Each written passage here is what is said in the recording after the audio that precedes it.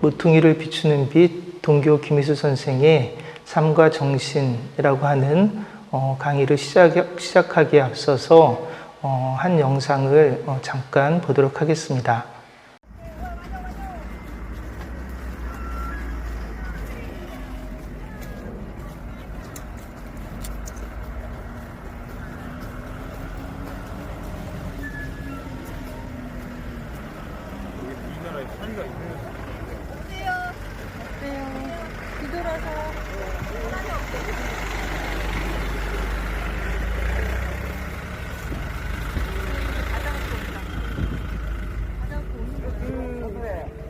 밥을 먹는다니까 저 시커먼 쓰레기만 좀 사다가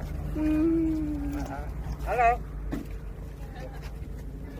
예, 우리 유치원 졸업생이.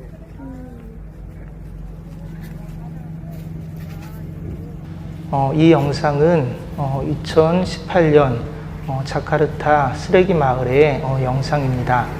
영상에 등장하는 저 아이는 쓰레기 마을에서 살고 있는 아이인데 비석으로 기둥을 만들고 그 사이에서 삶을 영위하고 있습니다. 이 쓰레기 마을에서 살았던 아이들은 가난을 극복하고 지금은 학교를 잘 다니고 있습니다. 가난을 극복하는 삶이라고 하는 것이 어떤지 오늘 주제로 나누게 될 텐데 이 영상을 통해서 여러분들이 그 내용들을 살펴보는 계기가 되었으면 좋겠습니다. 제가 전공이 고전문학 전공입니다. 그래서 본격적으로 말씀드리기에 앞서서 옛 이야기 한 편을 가져와 봤습니다. 태평통제 9권 73 쥐기조에 실린 쥐기라고 하는 이야기입니다.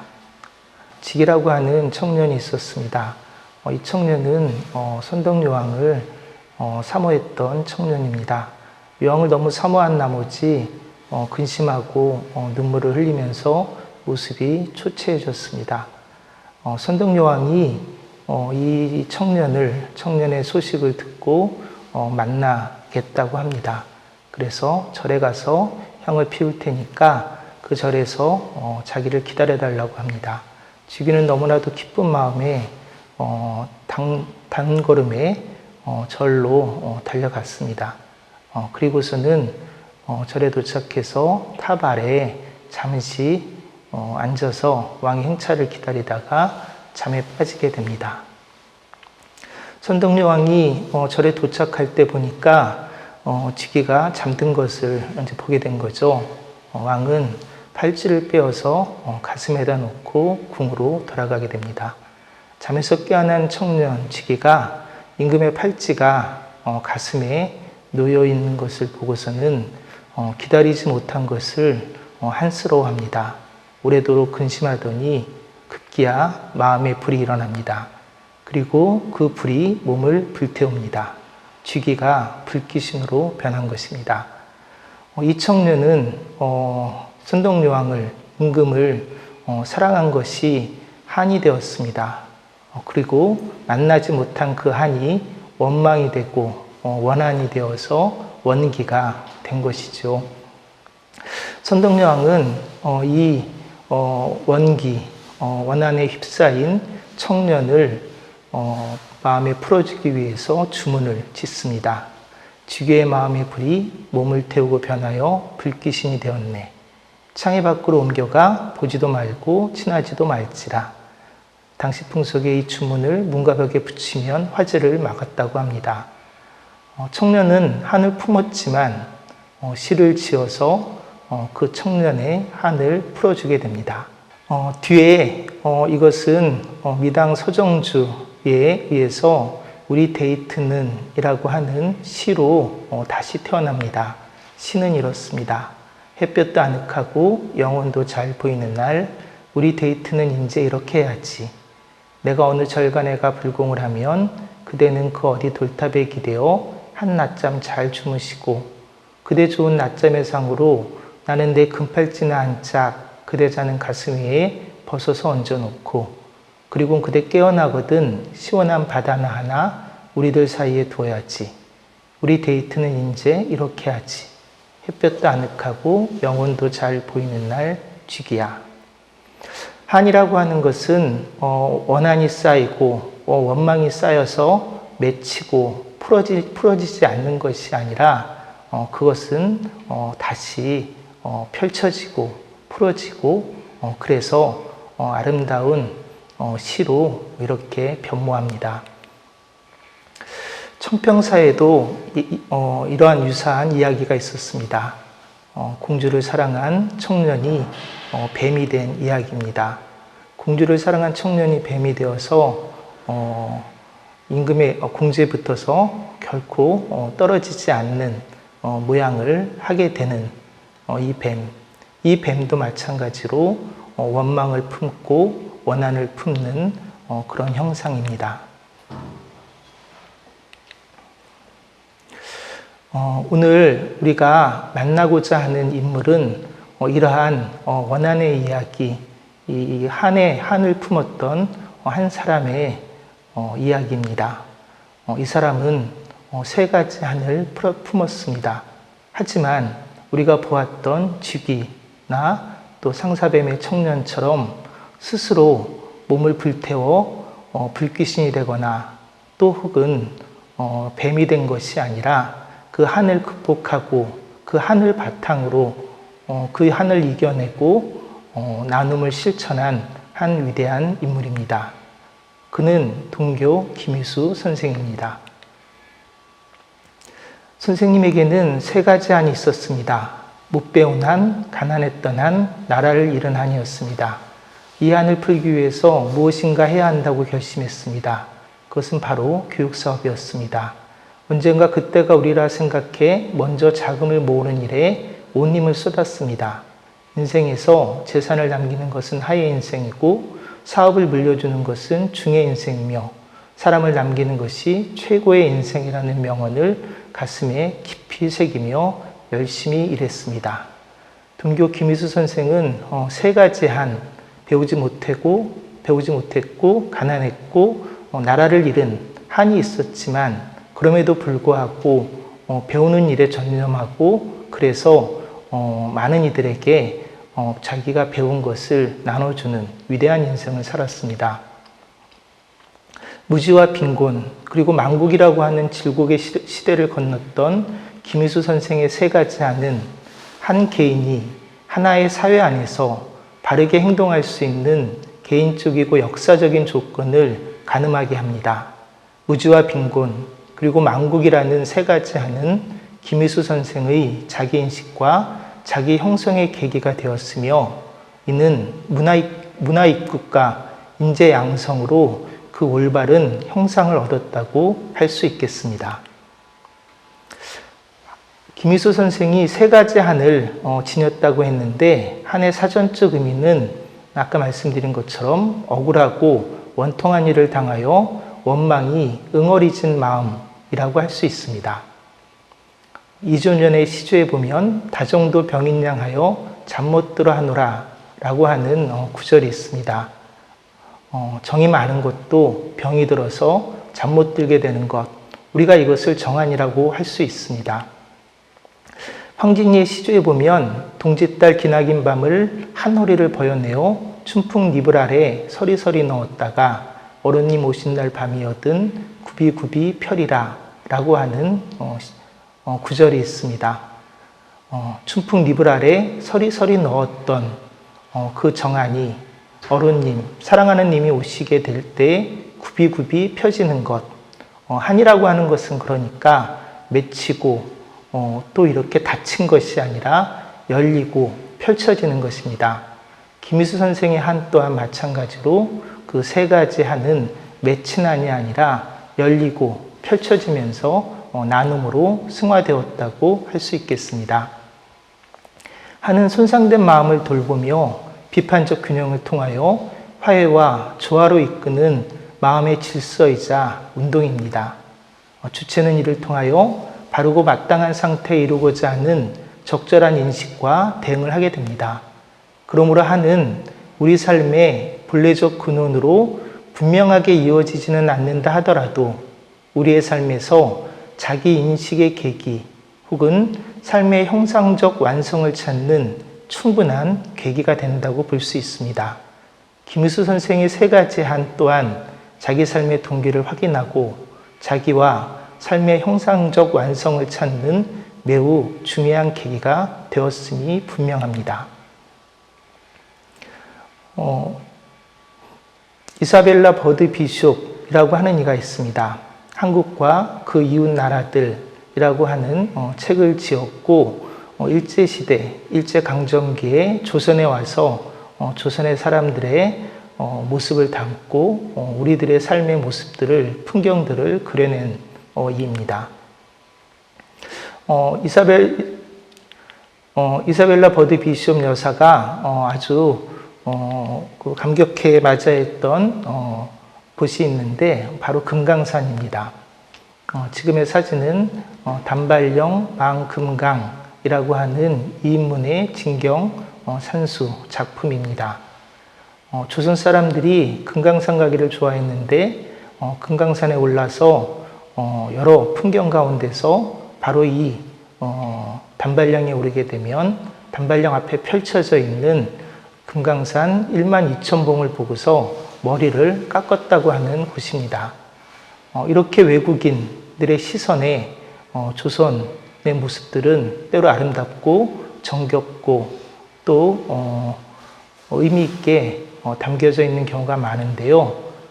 그 중에 엘리자베스 키스 여사가 그린 그림들은 김일수 선생이 살았던 조선의 풍경들을 잘 드러내주고 있습니다. 이 그림은 엘리자베스 키스의 추상화로 이토 신수이라고 하는 일본 화가의 대가가 그린 1922년 초상입니다. 엘리자베스 키스가 그린 원산 서당의 훈장과 학생들의 모습입니다. 학생들이 훈장을 따라서 이렇게 즐겁게 나들이 하는 모습입니다. 당시 우리 조선의 많은 학생들이 사당에서 공부를 했던 모습들을 볼 수 있고 이 사당에서의 공부는 무엇보다 민족정신과 계몽의식을 일깨우는 그런 교육들로 채워져 있었습니다. 마찬가지로 엘리자베스 키스 여사의 사당 풍경이라고 하는 그림입니다. 사당에서 많은 아이들이, 어린 아이들이 경목요골 등을 비롯한 한문과 여러 가지 교육들을 받고 있는 모습입니다. 동교 김일수 선생은 서당에서 수학한 후에 진동 공립보통학교에 들어가게 됩니다. 진동 공립보통학교는 당시 백승인 선생을 비롯해서 창원 지역에 많은 독립운동가들이 다녔던 학교입니다. 지금 보이는 것은 백승인 선생의 학적부인데요. 백승인 선생은 이곳에서 수신, 국어, 또 한문과 또 조선어를 배우고 이과, 체조, 창가, 농업 등의 과목들을 수학한 것으로 보입니다. 이런 과목들을 통해서 다양한 서구의 학문, 또 실용적인 학문들을 배우고 또 계몽운동과 독립운동에 나설 수 있는 계기가 되었다고 보여집니다. 백승희 선생은 3.1운동에도 참여했던 그런 민족운동가, 독립운동가입니다. 진동 공립보통학교의 제3회 졸업식 사진입니다. 사진에 보면 저렇게 일제 복장으로 칼을 들고 졸업식에 참여한 선생님들을 볼 수가 있습니다. 이 시기 진동 공립보통초등학교의 내용들을 살펴보자면 김일수 선생이 진동보통학교를 다녔을 무렵인 1930년대는 교육이 곧 생활이라는 조선총독 우각기 가제시계의 행동 강령이 교육정책을 주도하던 시기였습니다. 우각기 가제시계는 시세와 환경에 순응하고 이상과 신념에 입각하여 공론 허식을 물리치고 현실을 응시하면서 장래 문화와 경제의 조화 있는 발달을 도모하고 무식양면에 대한 생활의 안정과 향상을 기하는 것을 제1의 교육 강령으로 삼았습니다. 이상과 신념에 입각하여 공론 허식을 물리치고 문화와 경제의 조화 있는 발달을 도모한다는 측면에서 이 교육의 행정 강령은 실용적인 것으로 보이지만 사실은 농촌을 수탈하고 조선의 문화를 말살하는 그런 당시 문화 수탈 정책이었음이 분명합니다. 김희수 선생은 사람은 배운 만큼 알게 되고 아는 만큼 일하게 되며 일한 만큼 거두는 법이다. 이것이 바로 누구에게나 적용되는 인생의 법칙이다 라고 한 바 있습니다. 선생에게 배움은 알게 되는 것이며 아는 만큼 일하게 되며 일한 만큼 거두게 하는 원리입니다. 배움을 통하여 세상의 진실과 실체를 알게 되고 삶의 실질에 소용되는 실용적인 일을 하게 되며 헛되지 않고 알찬 열매를 거두게 됩니다. 참다운 배움이 참다운 알무로, 참다운 알미, 참다운 일로, 참다운 일이 참다운 열매로 이어지는 배움의 과정을 우리는 실학의 원리라고 부를 수 있습니다. 실천적 배움, 실천적 지식, 실질적 직업, 실질적 열매로 이어지는 실천적 삶의 구도가 김희수 선생에게는 누구에게나 적용되는 인생의 법칙인 것입니다. 그렇다면 김희수 선생이 보편적인 인생의 법칙을 배움에서부터 찾은 연유는 무엇일까요? 나라가 존립하게 하는 것은 인민이니 인민이 없으면 나라가 되고 나라가 없고 인민이 생존하게 하는 것은 배움이니 배움이 없으면 인민도 없다. 그런 실학자인 이건방 선생이 교육협회 취지서에서 나라를 존립하게 하는 것은 인민이어서 인민이 없으면 나라가 존립할 수 없다고 한 데서 발췌한 것입니다. 나라의 존립을 결정하는 인민을 생존하게 하는 것은 배움이라고 이건방 선생은 보고서 또한 배움이 없으면 인민도 없다고 주장한 것입니다. 생존과 존립은 생명의 보편적인 원칙이라고 할 수 있습니다. 따라서 나라의 존립과 인민의 생존이 배움에 달린 것이라는 이건방 선생의 주장은 배움이 생의 보편 원리라고 주장한 김희수 선생의 견해와 합치된다고 할 수 있습니다. 발터 베냐민은 행복은 행복 자체에서 오기보다는 부자유한 삶의 경험에서 이 경험을 비판적으로 성찰하는 가운데 조금씩 예외적으로 온다고 한 바 있습니다. 동교 김희수 선생의 배우지 못한 한은 민족과 백성의 생존 앞에 붙들린 사무친 한이었지만 선생은 부자유한 삶의 경험을 비판적으로 성찰하는 가운데 실학, 실치, 실업, 실공의 실천적인 삶의 원리를 체득할 수 있었습니다. 선생은 자신의 한이 우리 자신의 삶을 한계의 허망함 속에서 어떻게 삶답게 꾸려나갈 것인가 하는 문제의식으로 삼아 배움에서 그 분명한 해답을 얻었다고 보입니다. 그리하여서 배우지 못한 한은 문화의 척도로 교육을 상정하게 되었고 또한 문화 입국과 인재 양성의 뜻으로 펼쳐지는 계기가 된 것입니다.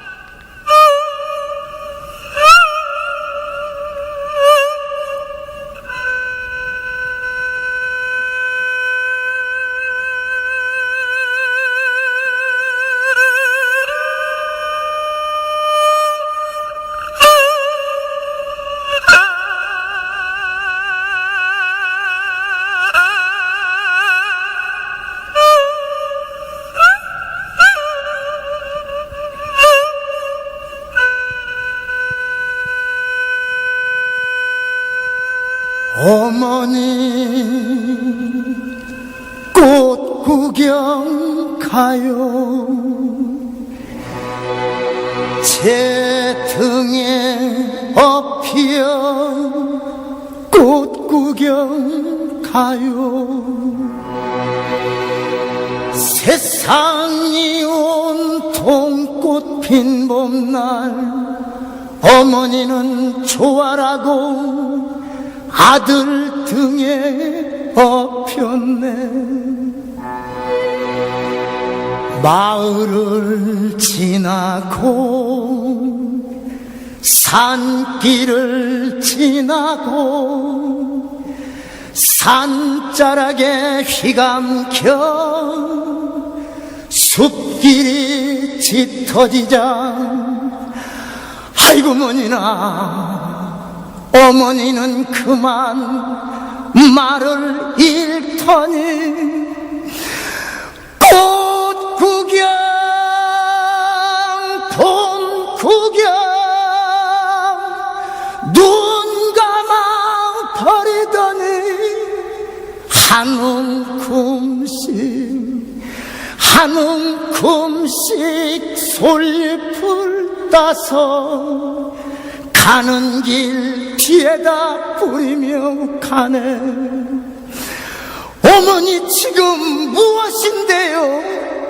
아, 솔잎은 뿌려서 무엇인데요?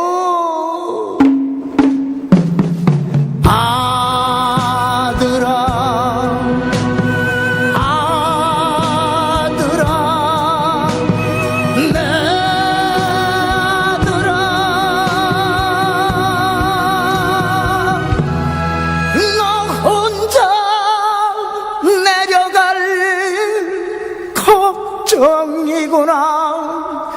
길 잃고 헤맬까 걱정이구나.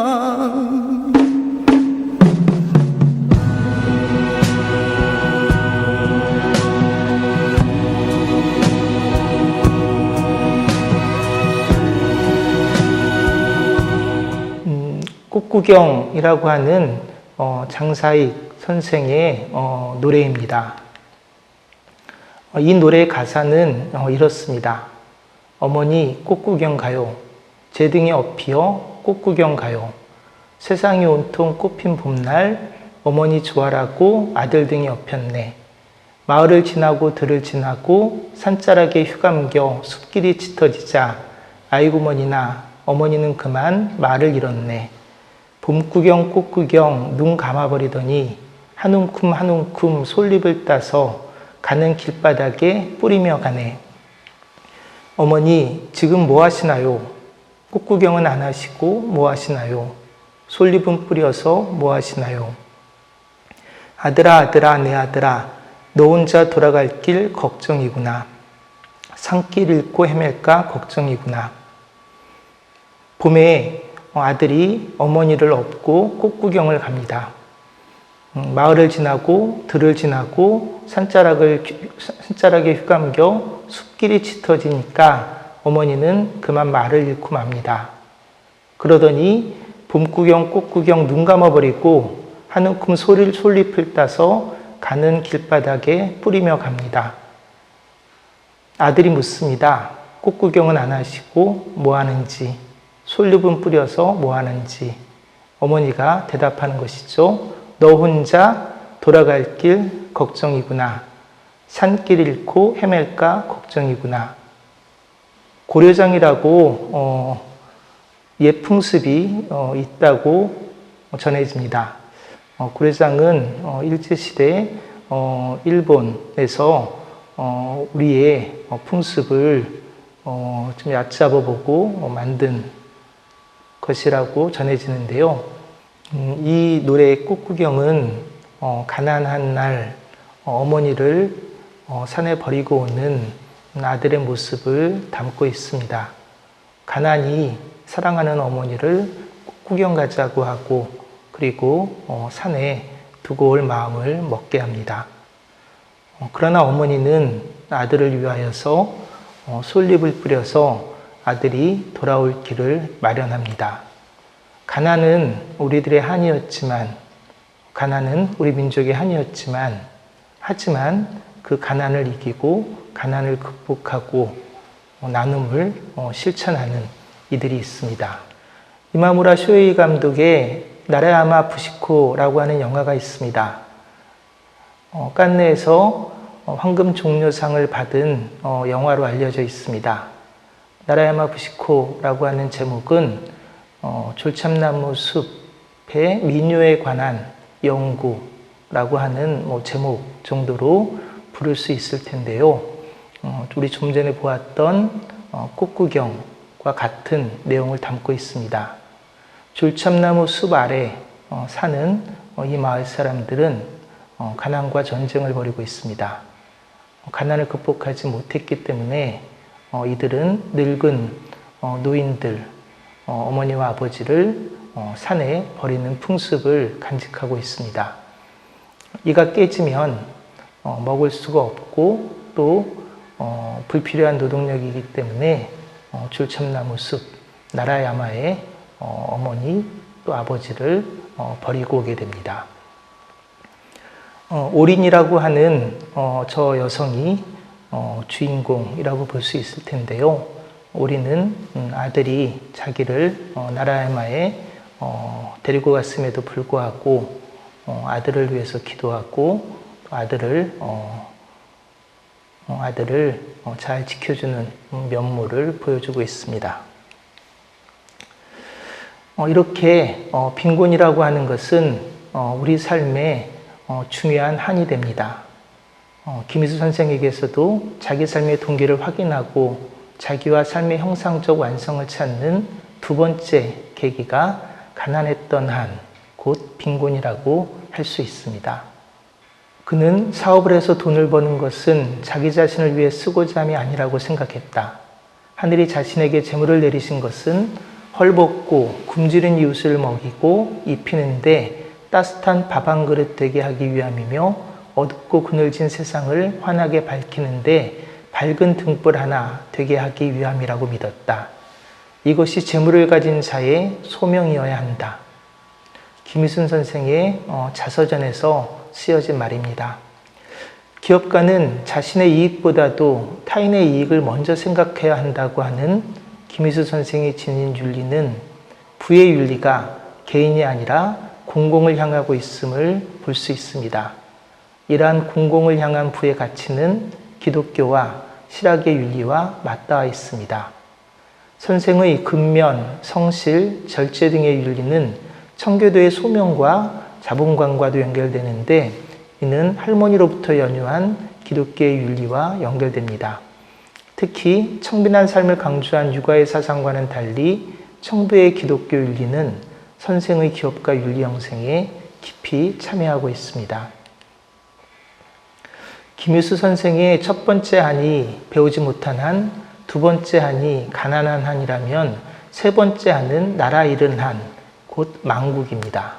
우리는 참으로 위대한 민족이에요. 우리 모두 대한민국의 이런 독특한 존재감에 자부심을 가져야 해요. 그렇게 이어받은 우리의 정신이나 저력을 잊지 말고 발휘해야 하는 것이 오늘을 사는 우리의 책임이지요. 그래서 다시는 이 땅에 내가 겪었던 슬픈 역사가 되풀이되어서는 안 된다는 거예요. 그 길은 바로 배움에 있어요. 살아남으려면 배워야 해요. 인재를 키워야 우리 민족이 살아요. 결국 이것밖에 없어요. 배워야 삽니다. 김희수 선생이 동격 통일일보에 실은 이미지 광고에는 찬연하고 빛나는 빛이 되고자 하는 것이 아닙니다. 조국의 편우를 비추고 싶습니다. 라는 문구가 있습니다.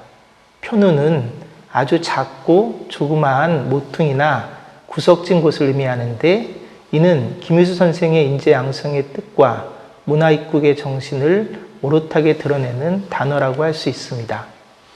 편우는 작고 조그맣다는 의미에서 선생의 겸허와 겸양을 드러내기도 하지만 인재 양성과 문화 입국의 대상이 누구인지를 분명히 한다고도 볼 수 있습니다. 모퉁이와 구석진 곳을 우리 민족을 이른다고 보면 가난한 곳, 무지한 사람을 이르기도 합니다. 그러니까 모퉁이를 비추는 빛은 망국, 빈곤, 무지의 서름과 곤란에 놓인 자신의 처지와 같은 사람들을 향한 문화의 세례라고 부를 수 있겠습니다. 편우는 서경의 우서에 등장합니다. 지우해우 창생, 만방여헌, 공유제신, 유제시거라고 서경 우서에 나와 있는데요.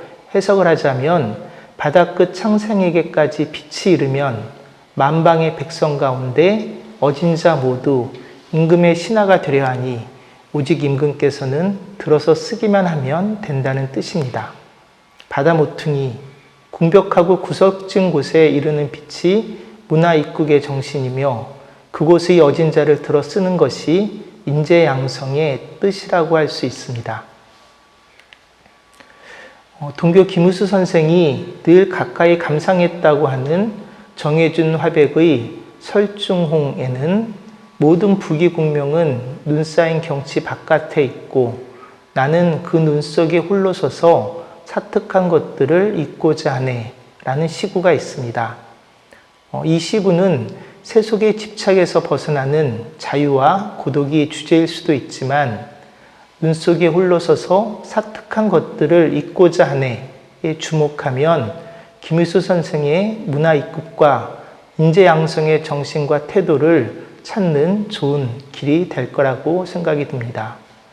눈 속에 홀로 서서 사특한 것들을 잊고자 하네. 이 단어는 사무사라고 우리가 부를 수 있는데요. 사무사는 공자, 논어, 위정편에 등장합니다. 시 300편은 한마디로 생각에 사특함이 없다 라고 되어 있습니다. 사는 간사하다, 치우치다, 기울다는 뜻으로 대상을 간사하고 치우치고 기울어진 마음으로 바라보는 것을 뜻합니다.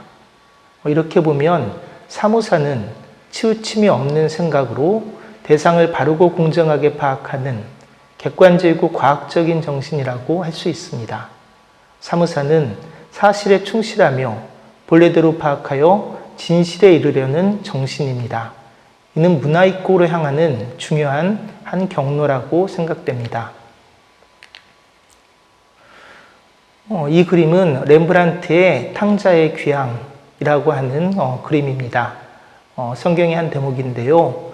아버지에게서 유산을 받아 떠났던 탕자가 자기가 받은 아버지의 유산 반을 방탕하게 다 쓰고 이제 돌아오게 되는 이야기입니다.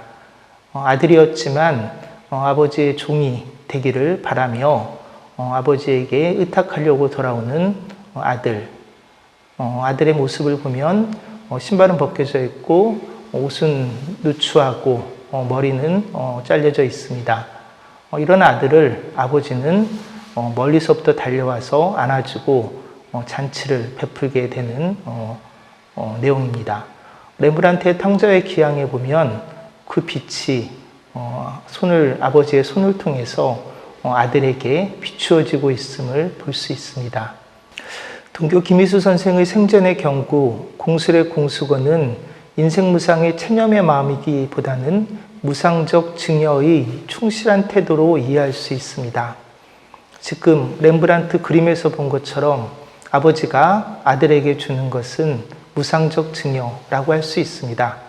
무상적 증여란 인간이 스스로 그리고 타자와의 관계에서 자유로울 수 있는 것은 돈이나 도덕이 아니라 아무것도 바라지 않고 줄 수 있는 사랑 속에서만 가능하다고 하는 사고입니다. 무상적 증여의 윤리적 삶은 타인과 세계와의 신뢰를 가능하게 하고 그러한 신뢰는 현실의 결핍을 넘어 더 나은 세계에 대한 확고한 믿음 속에서 지탱됩니다. 동교 김일수 선생이 철저한 절제와 청부의 삶 속에서도 문화 입국과 인재 양성의 무상적 증여가 가능했던 것은 그러한 문화와 인재를 통해 더 나은 삶의 가능성에 도달할 것이라는 무한한 신뢰가 있었기 때문에 가능했을 것입니다. 선생은 모든 것을 증여하고 난 빈손이지만 그 손 안에는 저 모퉁이를 비추며 문화 입국의 가능성과 인류 문화의 창달을 소망하는 민족애와 인류애가 충실하였던 것입니다. 마지막으로 여러분들과 함께 읽었으면 하는 시가 있습니다. 저희 대학 30주년을 기념해서 교정에 세워진 정호순 선생의 봄길이라고 하는 시인데요. 제가 한번 읽어보겠습니다. 길이 끝나는 곳에서도 길이 있다.